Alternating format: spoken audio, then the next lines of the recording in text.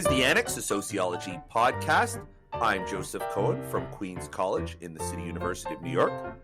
And I'm Ryan Sperry, also professor of sociology at Queens College from the City University of New York.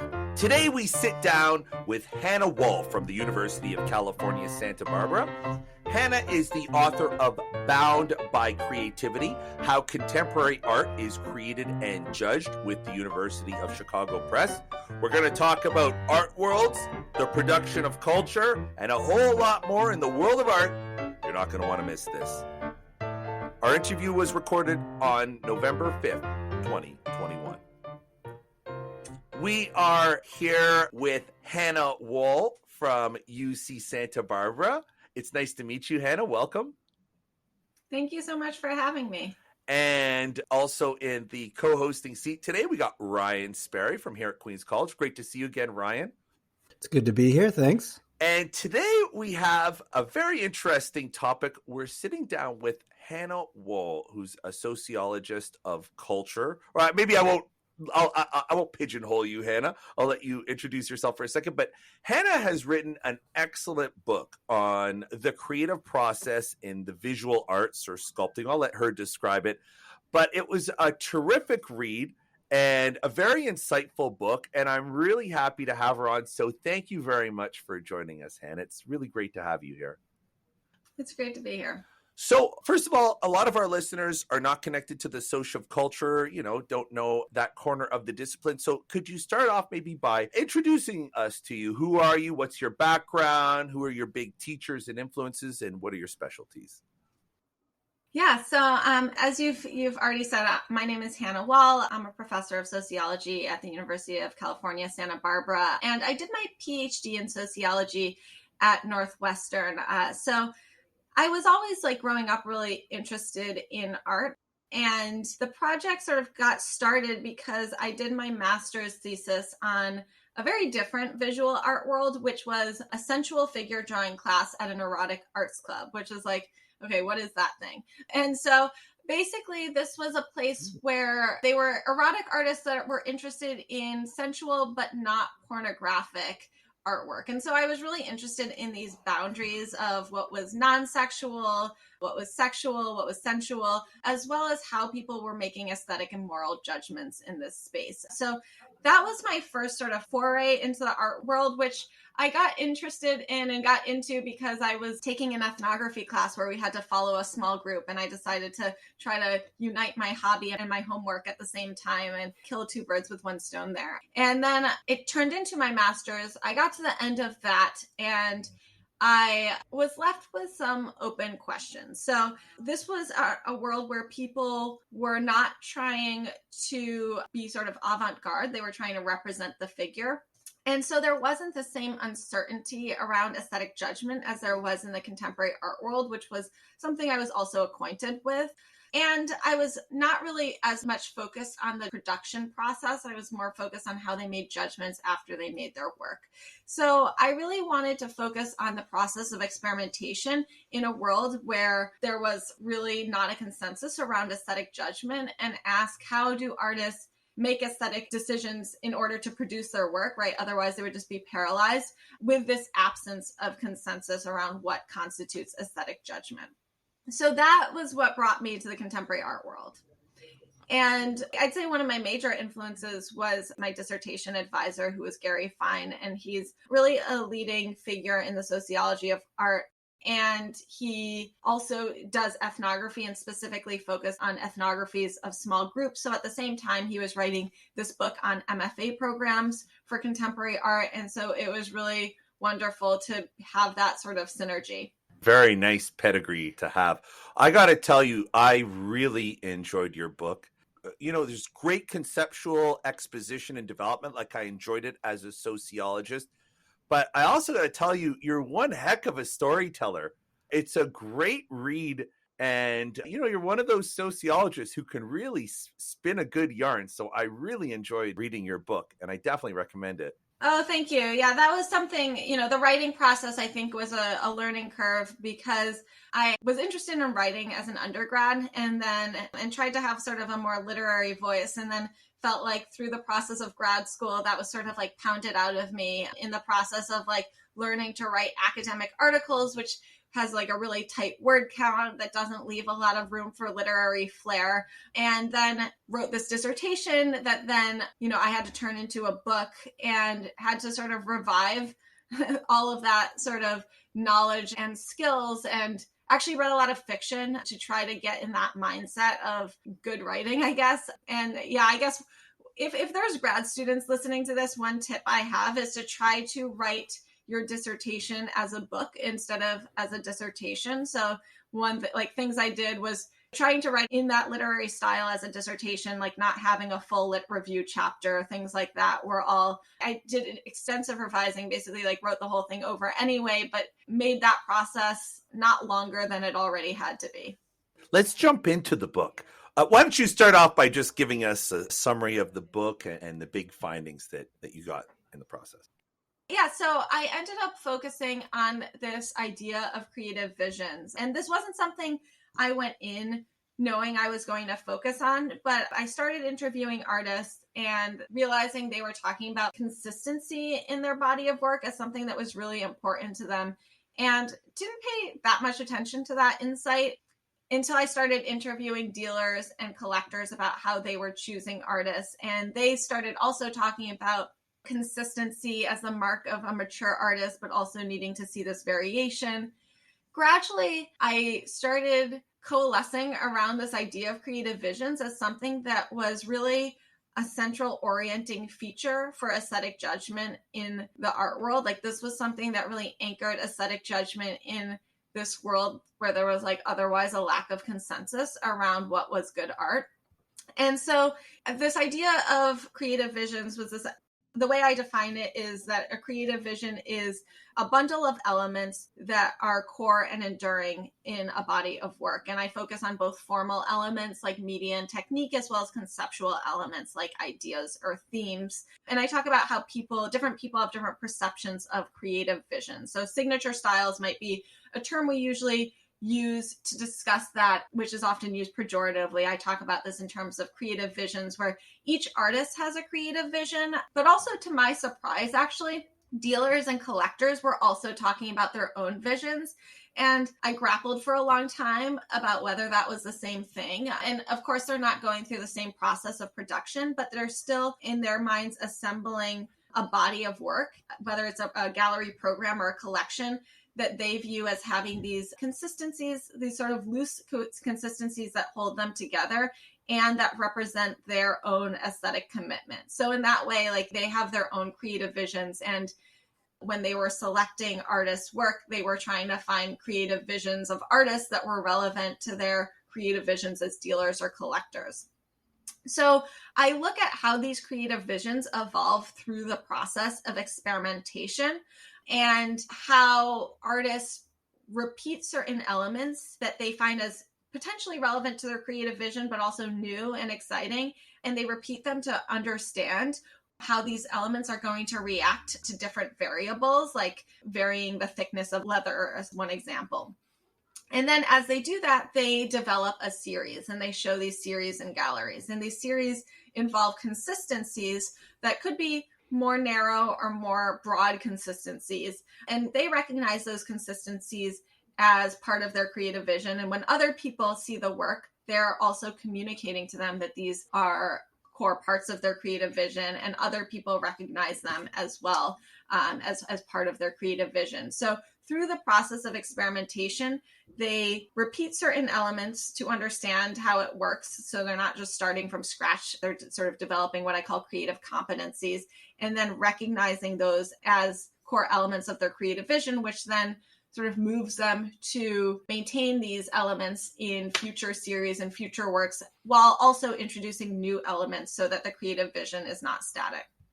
So I'll leave that on there. Yeah, it was interesting because when I was reading your account, first on the creative vision, from the outside, it looks a lot like brand management and just developing sort of a reputation for a style or a product that the marketplace comes to expect.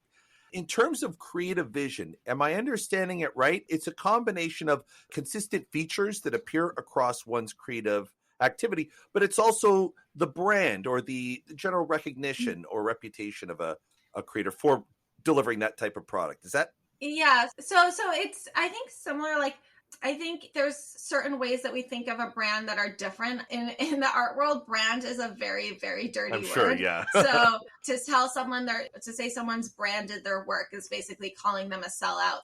Similarly, signature style can also be like, oh, they have a signature. Some people use that as a positive. Other people say it as basically a brand. So I definitely would not use that term Right. with artists. And, I think I have sort of delved into the brand literature, and I think what brands don't capture so well is that need to maintain both. A little bit is discussed, but not so much this need to maintain consistency and variation. There's not as much desire for continued experimentation that is sort of within that literature. And I think another thing sort of missing from that literature is how the idea of this sort of self-concept is emergent through the process of experimentation versus something that's sort of demanded by the consumer, and they're just like meeting this demand that they've sort of decided on in advance. And so that was something that I really wanted to show, that artists didn't decide on a creative vision before and then execute it. Right. They really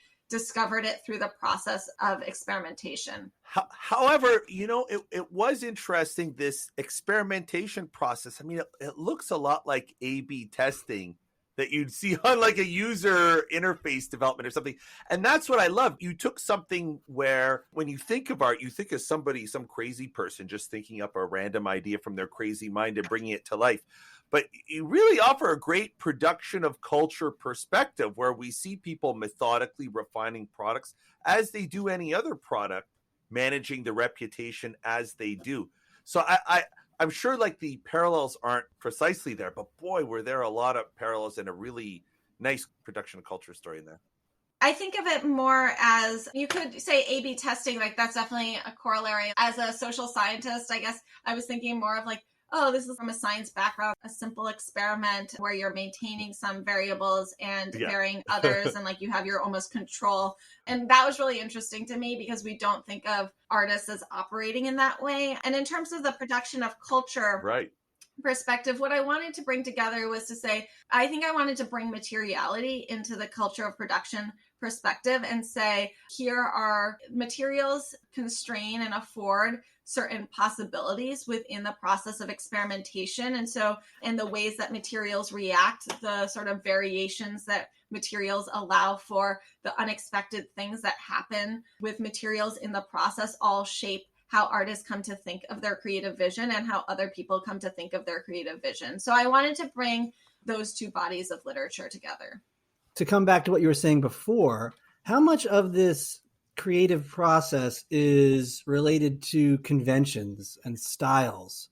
You talk about this creativity process, and it makes me wonder how much of the success of an artist can be linked to their position in history related to other artists, right? Are they bringing in subtle nods to other artists that makes them successful? And do agents and galleries look for this type of thing too?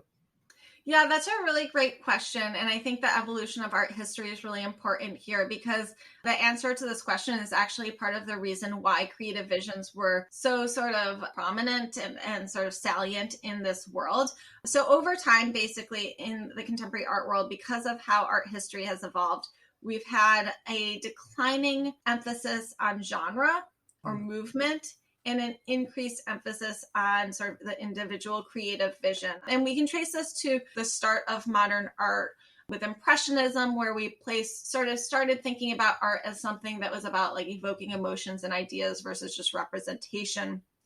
And there was this movement of artists that where the artists were now known for sort of like their really distinctive qualities. We had with that the rise of the dealer system versus artist academies, where artists were just like learning to training to like copy their masters. And now instead of selling individual canvases, we're selling bodies of work. And so White and White have this famous book, Canvases and Careers, on this idea. And then sort of accompanying this, we have then a really like fast succession of art movements, which are about breaking different boundaries of what we can see as art. And when we get to minimalism, we've broken now all the boundaries. Like art can now be just like a blank piece of paper. It can be nothing. So there's no more boundaries to breach. And this is where sort of the boundary of the avant-garde becomes unclear. So now we have this cacophony of styles. It's not clear which is more avant-garde than the other because art can be anything. And now people are just sort of drawing from a hodgepodge of references. And so now contemporary artists do talk about movements and artists, but they sort of loosely gesture to them as quote unquote references rather than squarely situating themselves in a movement. And collectors aren't collectors of particular movements so much. Dealers aren't representing a movement in their gallery. And it's just not so important. And so creative visions became much more important, having something that people saw as distinctive and original, because that's all you could have when there's no more avant-garde. And so people feel connected to each other, but on sort of certain axes of their creative vision that connect. Like, okay, you also talk about domesticity and I talk about domesticity, and we can be in a group show together, but we're not in this movement of domesticity together. My sense from your book is that the projection of identity is part of what the artist is selling, or it's part of the package, and that there's a lot of identity management and development that the artist and the dealer engage in to add value or appeal to a body of work. Can you describe the role of identity work or identity development in this field? Yeah, definitely. So I think identity is important in a couple of respects. One, artists have perceptions of their own identity. They have lived experiences. And because the creative vision is supposed to be this authentic representation of your commitments as an artist, which is also your commitments as a person, the creative vision is supposed to encapsulate potentially certain elements of your identity. So, it's no mistake that female artists might be more interested in themes of like feminism and domesticity on average, even though by no means do all female artists cover these themes. But other people also like view that as more authentic coming from female artists than maybe if a male artist were to do it. And so identity is important in the respect of like social categories, but it's also important in how people see the personality of the artist. So if the creative vision is associated with the artist's identity, which it is, then because of that, people want to know the artist because that's sort of part of what they're buying when they're buying the art. They're not interested. Sort of major insight is that people aren't interested in discrete artworks. They're not selling discrete artworks. They're not producing discrete artworks. They're producing something that they view as part of a creative vision, which is then affected by everything they did before and their ideas of what they're going to do after. And so similarly, it's associated with this identity of the artist, and collectors want to go to studio visits in part because they want to know, oh, what kind of person is this? They believe that gives them more understanding of the creative vision, which allows them to sort of own more when they own the work. It gives the work more value to them. And artists perform certain traits that are associated with having a creative vision. So a true creative vision is associated with both consistency and variation. So you have to have these enduring traits in your creative vision that are a sign of your aesthetic obsession, your true commitment, but also you're a sellout if you just make that and make that again and again and again. So you have to also show that you're invested in continuing to explore and pushing the boundaries, because that also shows both your creativity and that you're not too market driven.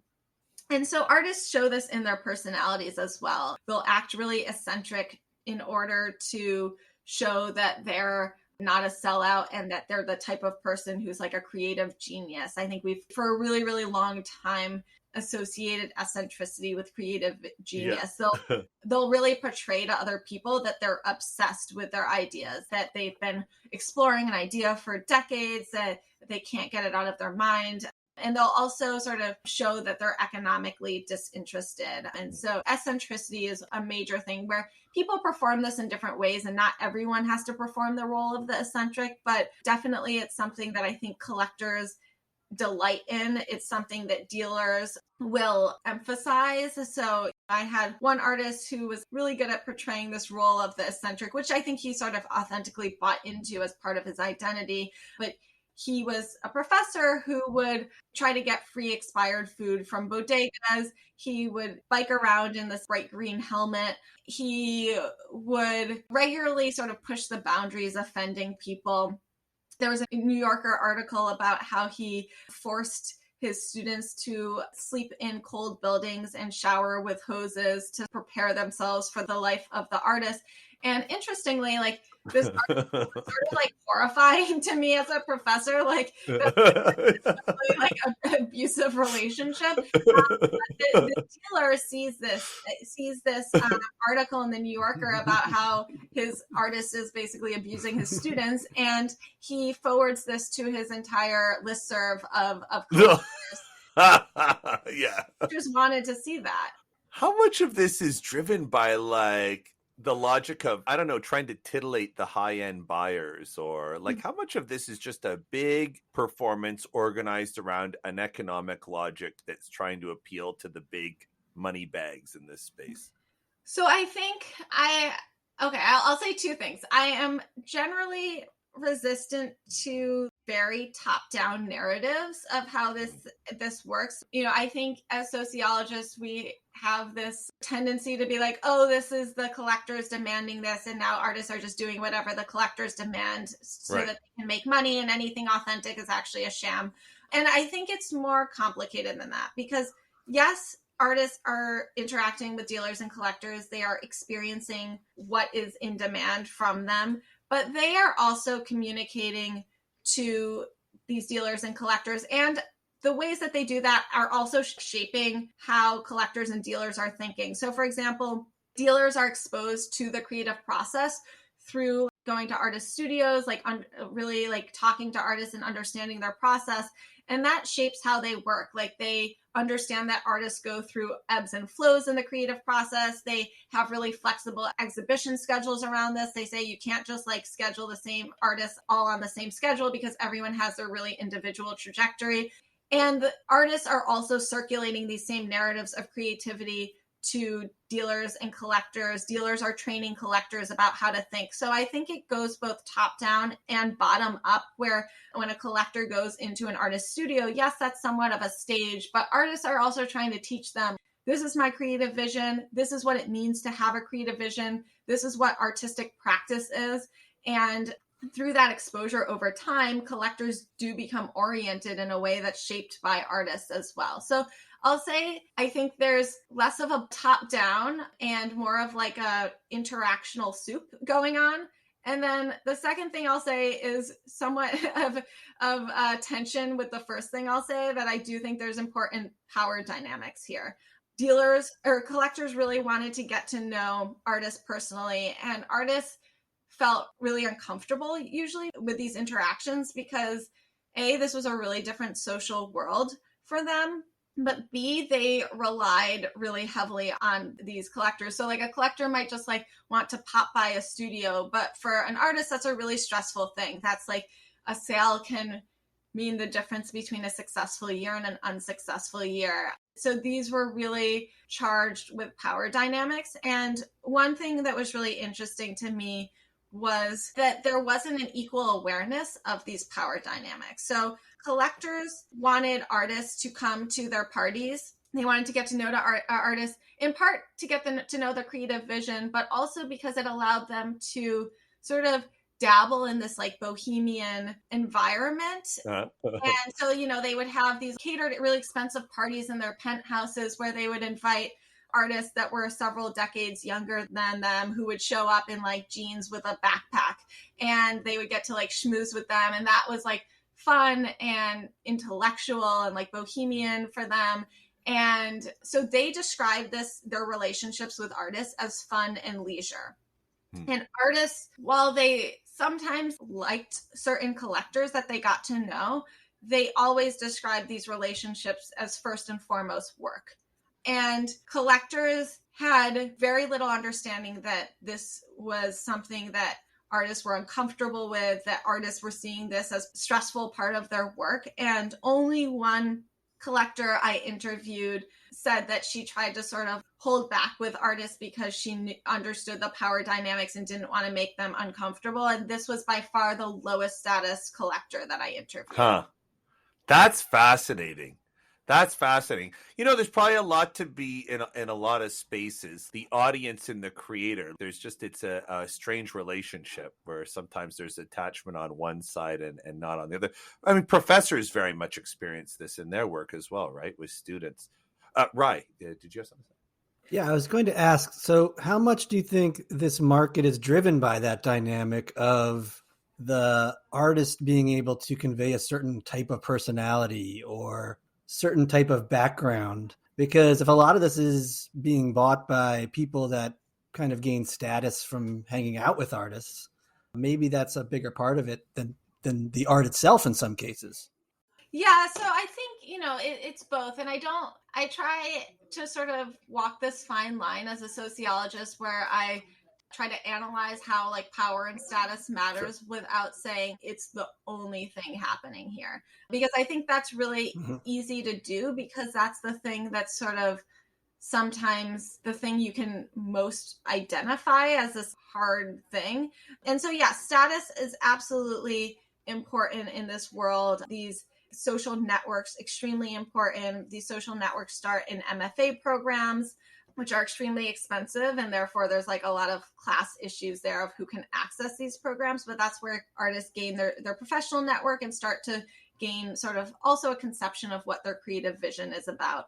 And then they continue on in the art world where artists do sort of when they're starting out, usually contingent labor for other artists and galleries. They expand their network this way. They start off with group shows and gradually move to solo shows. And they're going to exhibition openings. They're constantly trying to sort of network with artists and dealers. A lot of at least early on in their career, their network with other artists, especially higher status artists, is really important because dealers and curators are often asking artists for recommendations to other artists, seeing artists as more sort of the on the ground people that are in the know, that are in these networks of peers.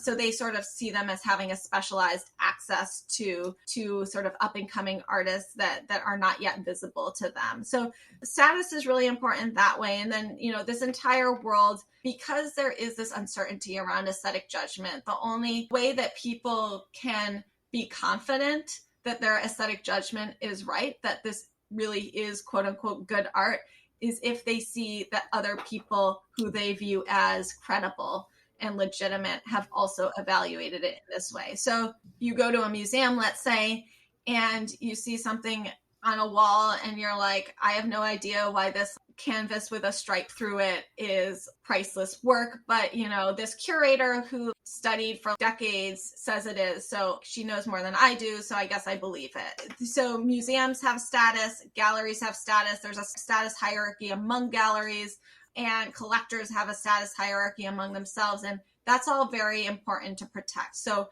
artists need to align themselves with high status people in order to maintain their status. And if they get connected with a low status person, let's say a collector who's not reputable, then that can tarnish their whole body of work through just the association. Status is something that's really contaminating. So a lot of what dealers do is protect artists' statuses by trying to link them to only high status entities and try to keep them from being linked to low status entities. Right. I'm sitting here thinking that sounds like sociology more.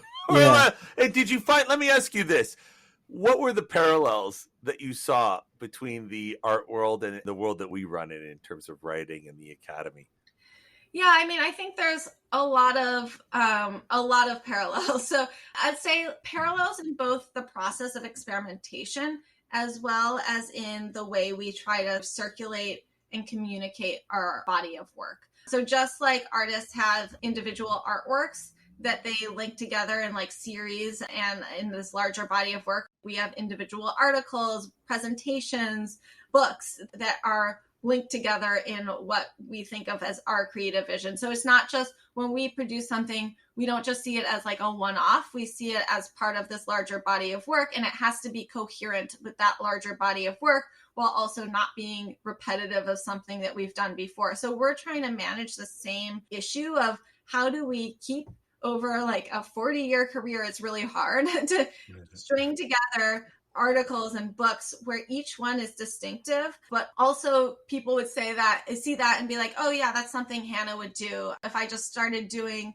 medical sociology, like that might raise some eyebrows, because people would be like, well, first of all, you don't have the requisite training, but also now I'm calling to question how I see your whole body of work, because I thought this was your creative vision and now this is something totally outside it. So what are you about as a scholar? I don't understand anymore. And so that's, I think, one thing that we also have to manage. I think times you see this is when people are on the job market and when they try to write that cover letter that sort of encompasses and ties together a whole CV into a coherent narrative. They give a job talk that says like, this is this project and this is how this project epitomizes who I am as a researcher more broadly, and this is who you're going to get in the future. So that's really important. I think the process of experimentation actually looks like pretty similar as well. Like I don't know how other people write so much, but I know low stakes experimentation is something that's really important in how I write. So I will like start off with a sticky note, or I'll scribble something on my iPhone if I just have a little idea. And if I think it's worth exploring more, I might put it into a Word doc memo and then might start pulling quotes. And gradually this builds up into a chapter and then more chapters in a book. But I can't just sit down and be like, I'm going to write a book. I can only start if I can reduce the resource cost in terms of my time and make it feel really low stakes. And this is exactly how artists work. So they say, to prep a canvas for 2 days and spend like hundreds of dollars on it. Canvases are really expensive. And then be like, I'm going to make something on this, that would just be totally paralyzing. So I have to build up a bunch of sketches first and just feel like I can scribble something ugly on this page and it's fine and it doesn't matter. And then I slowly build up by maybe making a more detailed sketch and then maybe prepping. So they work, I think, the same way we do in terms of writing. There's some real similarities there across creation process for academia and the art worlds. I guess one thing that we don't have that they have is agents. Maybe that's what we need in the academic world. Yeah, that's true. But we do have book editors. We do have journal editors. I think we have people that usher us through the process that way. Yeah, I guess academia is a little different from like writers outside of the academy in that way, where I think it mirrors the process of intermediaries more, because if you're outside the academy, just as a fiction or nonfiction writer, I think your book editor press that you have takes on that complete level of importance where your career really is in their hands in a way that is not true in academia, because we have this really rare situation where we're not actually getting our salary. We're getting our salary more indirectly from our creative labor. So we get a salary from an institution. And then, thank God, my salary is not coming from royalties. I think if that were the case. You'd be eating expired food yourself. Yeah.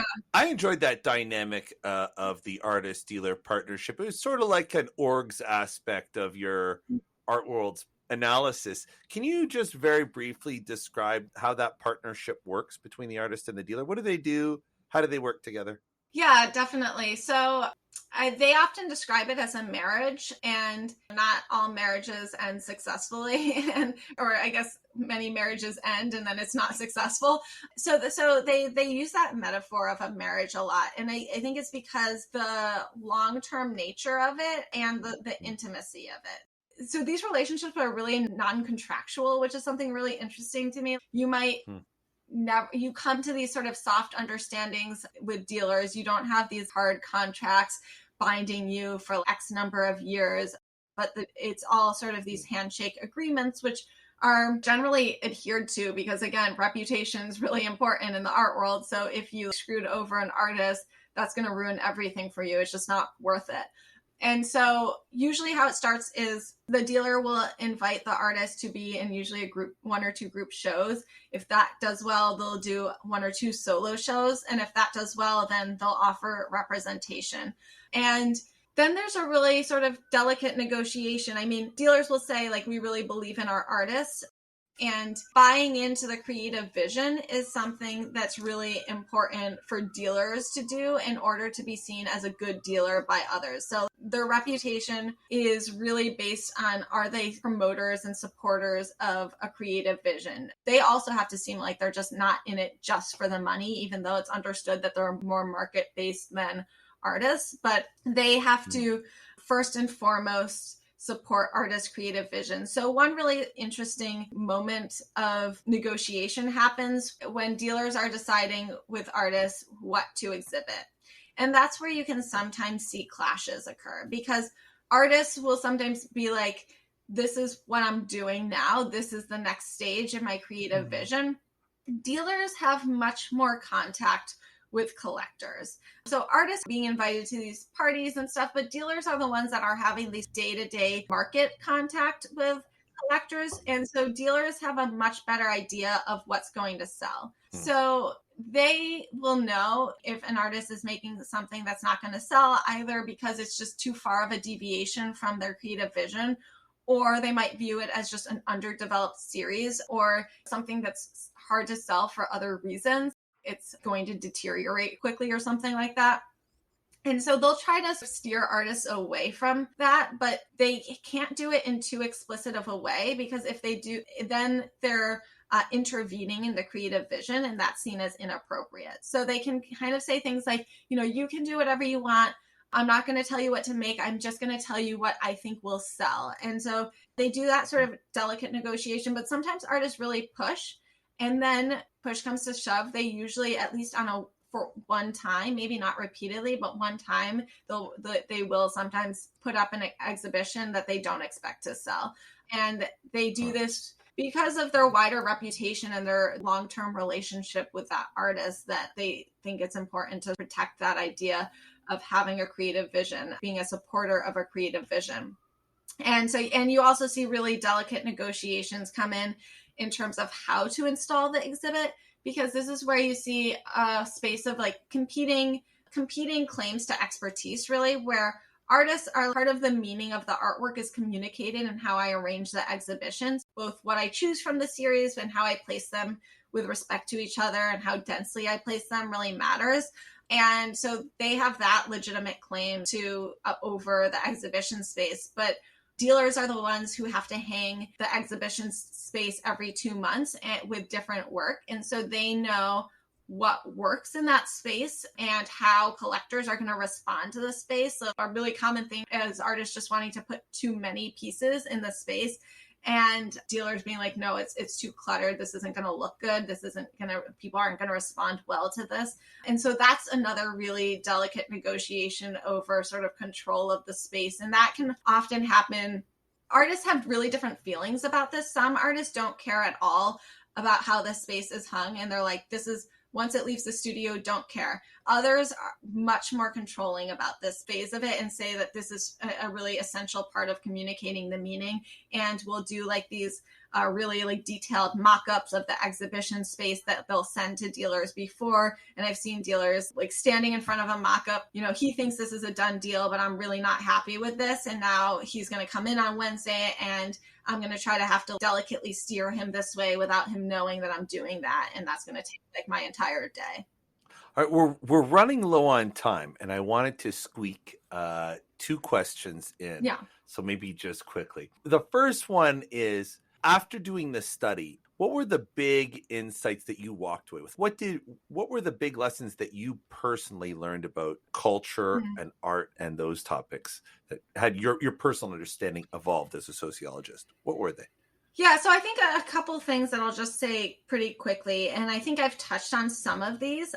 One was this idea that we, as sociologists, look at things either in terms of like the genre level, these are big genres of things, or at this individual level of this is individual artworks that we're looking at. And I think something that's a level of analysis that's really been overlooked is the body of work. So across creative fields, people within these creative fields are not judging discrete artworks or just in terms of how these discrete artworks fit into larger genres, but they're judging at the level of the body of work. And they're trying to understand, how did this come from the previous things that artists made? And how does this predict or gesture towards what is going to be made in the future? And that's a really central orienting framework for their evaluation. And it's also really important for creators to I don't think, can make things without thinking about how it fits into their body of work. And we can see the idea of the body of work in almost any creative industry.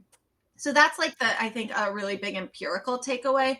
Another thing is, I think it really gave me a different framework for how I think judgment should be analyzed. And I think in culture more broadly, I would like to move towards a way of thinking about creativity in terms of aesthetic judgment. And so I think I would like to move us as a discipline towards more of looking at judgment in the process of production. I think we often look at judgment in terms of selection after the product has been made, but looking at how judgments unfold during the process, looking at not just discrete moments of judgment, but how judgments are in a sequence of judgment. So artists don't make just one judgment in the production of their work. They make many judgments that are each like sort of in a chained sequence.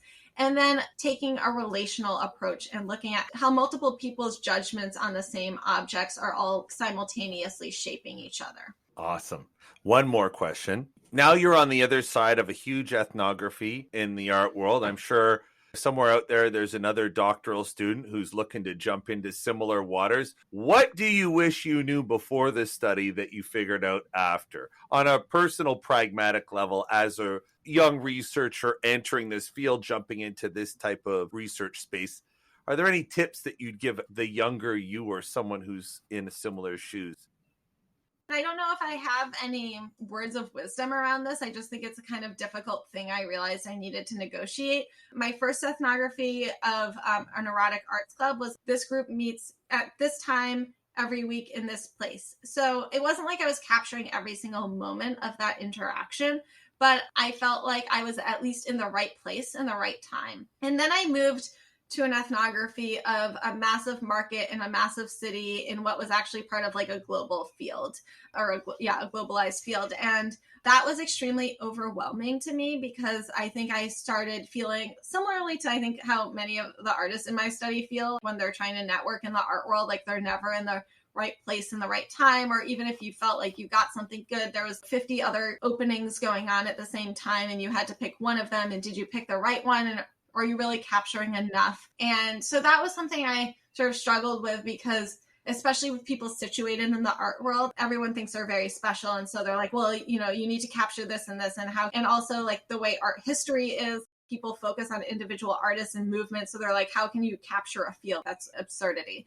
So that was just really an overwhelming thing to me to try to negotiate. And I think I just had to be okay with what I captured at the end of the day. Okay, it's not, I would have captured different things if I had been in different places. I think I would have come to the same overarching, I would have had different anecdotes, I guess. I would have had different quotes. I think I would have come to the same overarching point. And maybe some of them would be snazzier than the ones I got, but you just have to be okay with what you saw, and more importantly, be okay with what you didn't see, I think. Hannah Wohl, author of Bound by Creativity, thank you very much for joining us today. Thank you so much for having me. I really enjoyed the conversation. You've been listening to The Annex, a sociology podcast. Thank you to Hannah Wohl from the University of California, Santa Barbara. Her book is Bound by Creativity, How Contemporary Art is Created and Judged with the University of Chicago Press. We're on the web, theannexpodcast.com, on Facebook, The Annex Sociology Podcast, and on Twitter @SocAnnex. The Annex is a production of the Queen's Podcast Lab. For more information, visit queenspodcastlab.org. The production head at the Queen's Podcast Lab is Anthony Borelli. Music is by Lena Orsa. On behalf of my co-host Ryan Sperry, I'm Joe Cohen. Thanks for listening.